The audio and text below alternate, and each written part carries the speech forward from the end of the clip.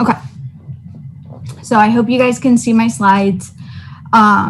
Essentially, now we're going to go over your typical day at CRMC. So the very first thing that I would like to go through with you guys is these set of orders is what seniors expect interns to do. This is entirely your responsibility. You should be able to do this without being told and without supervision. Of course, the first 2-3 times, that's totally fine. After that, you really should be able to do this, and no one should be telling you to do this. It really is the intern that's responsible for this. So that kind of starts with repleting the electrolytes every morning.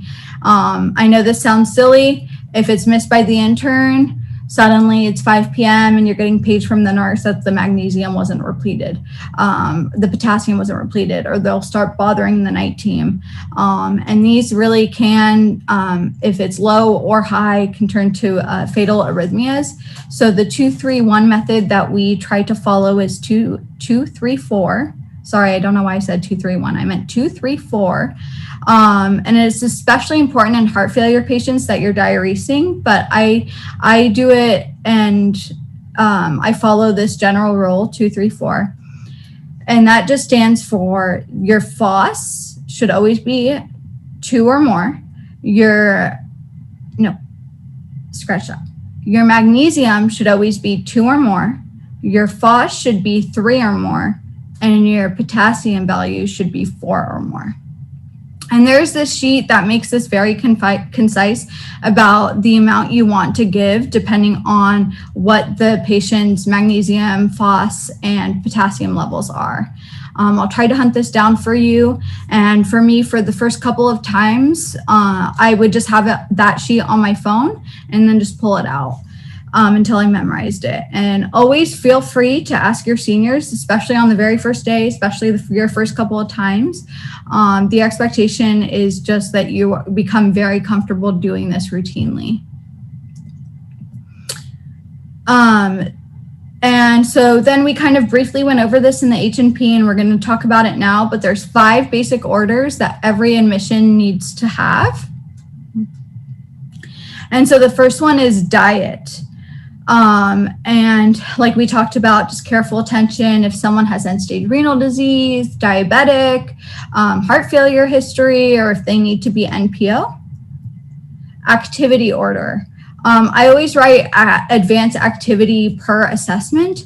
So unless patient is coming in lightheaded, coming in like with syncopal episodes, stroke, if there's a concern for fall risk, essentially, then I will say up with assistance or even bed rest, depending on my judgment, what I feel is correct to do at that time.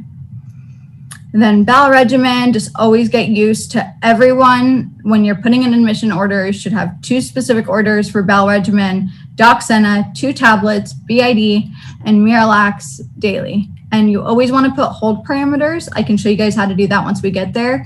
To just holds for loose stools is what I usually write, hold for loose stools. I've also seen like hold for greater than 3 bowel movements, whatever you prefer, just always have some sort of hold parameters. I have seen a patient with diarrhea still getting bowel regimen. So just really make sure that the hold parameters are there. And then you have your daily morning labs.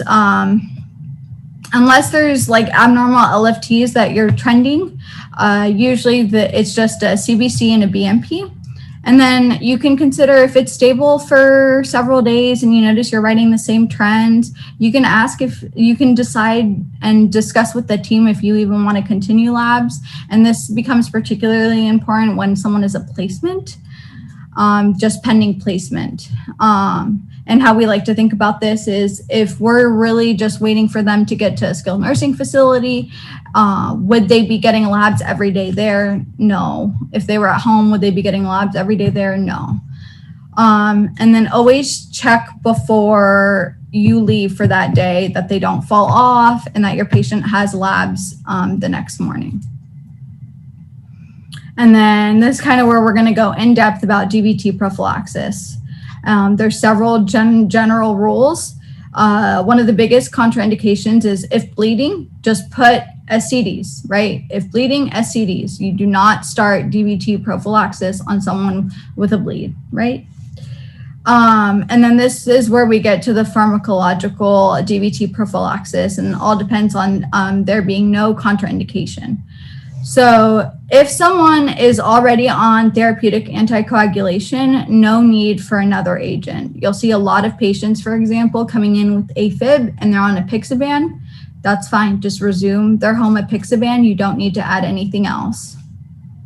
And then the other general rule that you will get used to and become very familiar with is if someone, you always want to be aware of creatinine, GFR. If someone's coming in with a CKD, they get heparin. If someone doesn't have CKD, healthy kidneys, enoxaparin. And those are just like the general guidelines to follow. And so now I break this PowerPoint slide into 3 parts: before rounds, rounding, and then after rounds. So this is like your CRMC day from start to finish, but broken down into 3 sections. So before rounds, rounding, and then after rounds, OCDs is what we like to call them.